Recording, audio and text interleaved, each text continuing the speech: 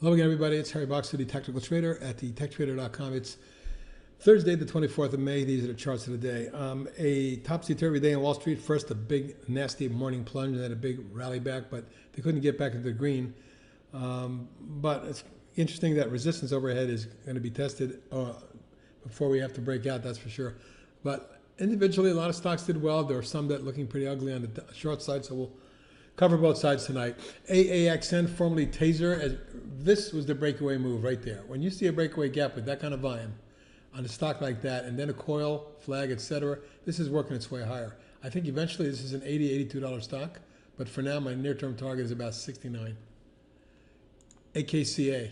Well, I like the overall look of this. The three-wave corrective pullback and then a spike up breakaway gap and then a pullback like two-week flag. This needs to get obviously over 25 to really get rolling. Then your targets are 29 and 33. But for now, I'm going to look to see, and we're going to be observing carefully if we can get over 25. That should trigger a bigger move, particularly if there's volume. AXTI had a big day today. You remember this one from last year where we traded up in there.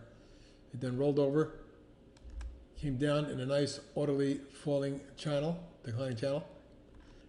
Broke away with a major breakaway gap today that took out the declining tops line, the 50-day moving average, and lateral price resistance, all in one fell swoop with volume of 1.5 million, which isn't a lot in general, but for this stock it is. Biggest volume since last July, so almost a year since it traded this kind of volume. On a breakaway day, that's significant. Look for a test of 838 as early as tomorrow morning. If we get through that, we might be headed towards 9.5. BZUN, we talked about a couple days ago when it broke out. Then it formed a flag for 3 days. Popped out yesterday. Today it's following through. I think the top of the channel is doable. That's up around 70. But before we see that, we'll look for mid-60s, around 66. Cato, big day. Look at this long declining channel. A right-handed extended V with a platform flag type pattern there. That broke out a week and a half ago. It flagged for a week. Today it exploded for almost 20%. Volume was huge. The breakout tells me we're going to probably quickly, if not tomorrow, test 23, 23 and a quarter. We get through that, we have a shot at making a move towards 27. So looking for 23 and 27 going forward.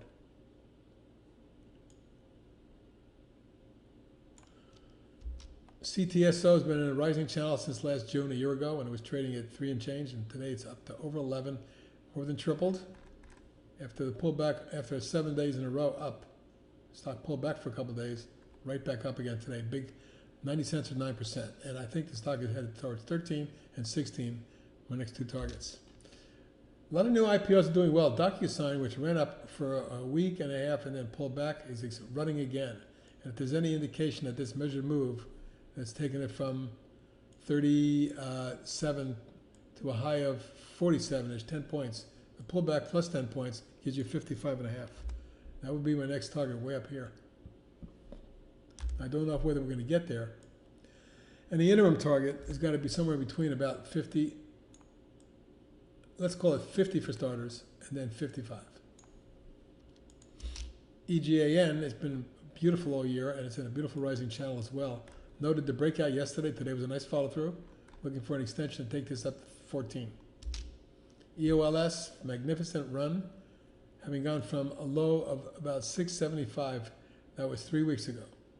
Maybe 3.5, or a month ago. To today's I have 25.55, so 300% gain in a month. Is it a little long in the tooth? Yeah, but the momentum is strong. Now, if it pulls back and consolidates somewhere in that zone, we might very well have the beginning of a big uptrend. You can take this to low to mid 30s. For now, my target's going to be 30 and 35. FMI, long-standing swings from back here, broke out a couple weeks ago. Today broke out through the major peak that it hit at 87 in March. I think we're headed towards about 98 and then 108. Fossil, well, long downtrend, followed by a breakaway gap. Pull back to retest. A run up, formed a large coiling type pattern. You can see it right here. That had an expressive breakout 2.5 weeks ago, and now it's in a rising flag. Looks to me resistance at 23 and 29 are going to be tested. Those are your next targets.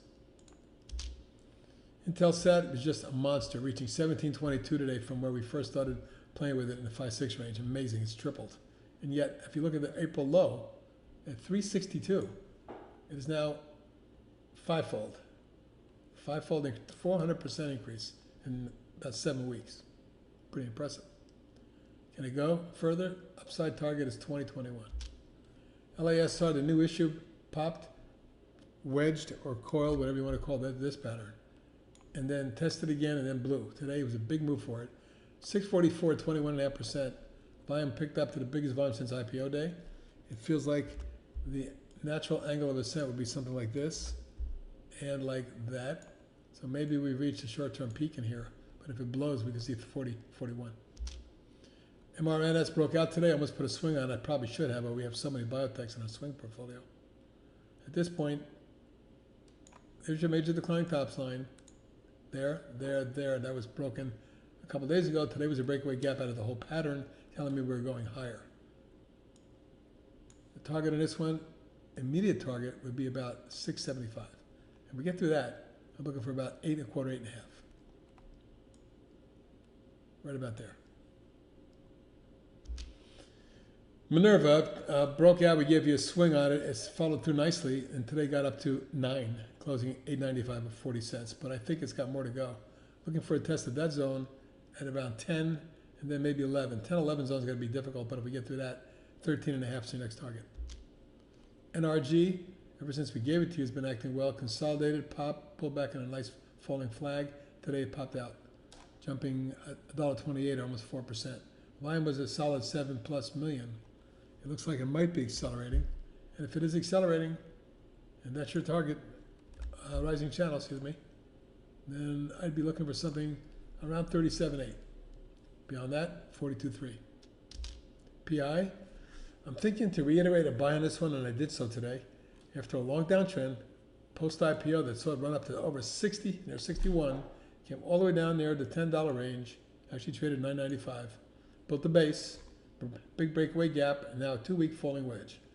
I think this is going to break to the upside. Today might have been the first sign, but we need some volume and we need some follow through. And if we get it, the measured move in this stock, 11.5 to 20.5, basically 9 points, tells me there's a possibility we could see 25 on this. 25.6 is my target anyway, up here, with a stop at 21, 23, and 26. QURE. Popped yesterday, pulled back today. It followed through with an inside day. I like it. I think it's going to get through my $37 target and run it to the 40, 43 range. 43, 44 range. Sale, another new IPO that's acting well. It popped out of the falling wedge today. Volume was the biggest, even bigger than IPO day, I believe. No, not quite, but one of the biggest days ever. And what I'd be looking for is, can we get through 24.5? If we do, my target's 27 and then 32. Tandem, completely bullish and an uptrend and a rising flag of sorts. This stock doesn't have any quit in it. It's amazing. Where I would put a stop would be under 12, but for now, my target's 17. And finally, Veristem, you can see that it's been moving steadily. After the base breakout and platform, it shot up and then pulled back and retested. But today, in the last 5-6 sessions, it's been nothing but up. The high back in September was 571. Today's high, 580, closing 573. I believe we get a follow through and test the 6 3/4 range, followed by a potential long-term run up in that low teens, maybe 11, 11.5, 12, something like that, eventually. That's the long side. Let's take a look at some boxes shorts and how they're doing. Well, Bitta followed through to the downside, down $1.24, 5.2%. You can see maybe, it just might be, breaking out of this pattern. And if it does,